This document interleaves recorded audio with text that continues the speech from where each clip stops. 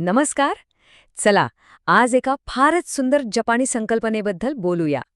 ही संकल्पना आपल्याला एक लांब आणि आनंदी आयुष्य कसं जगायचं याचं रहस्य उलगडून दाखवते. चला तर मग थेट विषयालाच हात घालूया.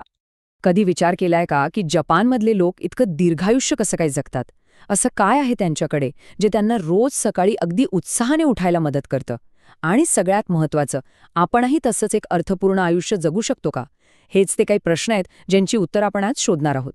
या सगळ्या प्रश्नांचं उत्तर आहे ना, ते एका छोट्याशा पण खूप खोल अर्थ असलेल्या शब्दात दडलं आहे. आणि तो शब्द आहे इकिगाई.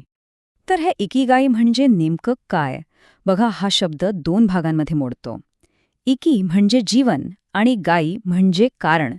सोप्या भाषेत सांगायचं झालं तर आपल्या जगण्याचं कारण, ती एक गोष्ट जी आपल्याला रोज सकाळी उठायला खरी प्रेरणा देते. चला तर मग आता या इकिगाई संकल्पनेच्या जरा मुळाशी जाऊया आणि समजून घेऊया की हे आयुष्याचं रहस्य नेमकं आहे तरी काय. आपलं इकिगाई शोधणं म्हणजे खरं तर या 4 महत्त्वाच्या प्रश्नांची उत्तरं शोधण्यासारखंच आहे. पहिला प्रश्न, अशी कोणती गोष्ट आहे जी करायला मनापासून आवडते? दुसरा, आपण कोणत्या गोष्टीत इतके चांगले आहोत की ती आपल्यासाठी अगदी सहज आहे? तिसरा, असं कोणतं काम आहे ज्यासाठी लोक आनंदाने पैसे देतील? आणि चौथा, सगळ्यात महत्त्वाचा, आपल्या कामामधून या जगाला, समाजाला काय मिळू शकतं?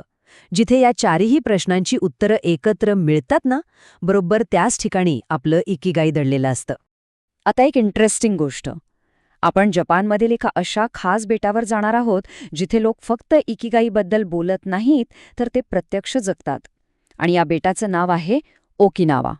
तुम्हाला ऐकून आश्चर्य वाटेल, पण या ओकिनावा बेटावर जगातले सगळ्यात जास्त शतायुषी लोक राहतात. म्हणजे 100 वर्षांपेक्षा जास्त जगणारे. आणि ते फक्त जास्त काळ जगत नाहीत, तर अत्यंत आनंदी आणि निरोगी आयुष्य जगतात.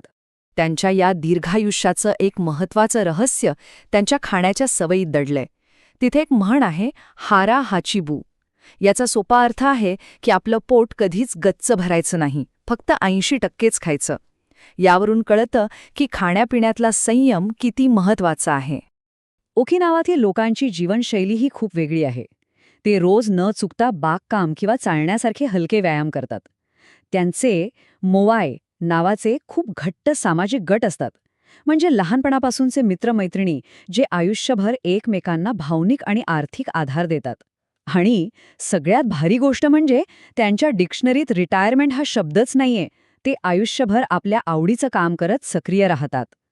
आता पुढे जाऊया आणि पाहूया की या इकिगाईचा आपल्या कामाशी आणि त्यातून मिळणाऱ्या आनंदाशी काय संबंध आहे.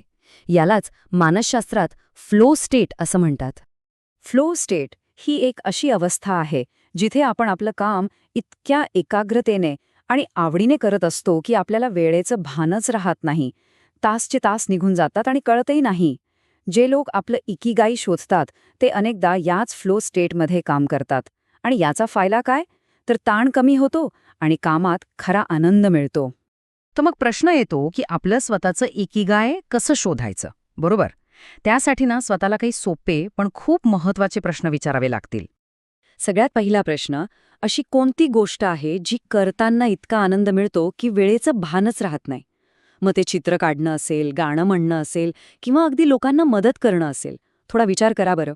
आता दुसरा प्रश्न, आपलं कौशल्य नेमकं कशात आहे? अशी कोणती गोष्ट आहे जी इतरांपेक्षा खूप सहज आणि चांगल्या प्रकारे करता येते? तिसरा प्रश्न, जो थोडा व्यावहारिक आहे, आपल्या कोणत्या कौशल्यासाठी किंवा कामासाठी लोक पैसे द्यायला तयार होतील? हा प्रश्न आपली आवड आणि व्यवसाय यांना एकत्र आणतो.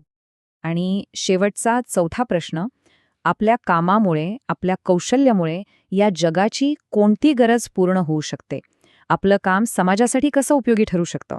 आणि जिथे या चारही प्रश्नांची उत्तरं एकाच ठिकाणी एकत्र येतात ना, तोच बिंदू, तोच मधला भाग, तेच आहे आपलं इकिगाई, आपल्या जगण्याचा खरा उद्देश. पण एक गोष्ट लक्षात घ्या, इकिगाई शोधणं म्हणजे फक्त काम शोधणं नाहीये, तर एक संतुलित आणि परिपूर्ण आयुष्य जगणं आहे. आणि त्यासाठी काही गोष्टी खूप महत्त्वाच्या आहेत. निरोगी आणि दीर्घ आयुष्यासाठी या 4 गोष्टी पायासारख्या आहेत. योग्य आणि संतुलित आहार, शरीराची नियमित हालचाल, नेहमी सकारात्मक विचार करण्याची सवय आणि आपले मित्र परिवार यांच्यासोबत मजबूत नातेसंबंध जपणं.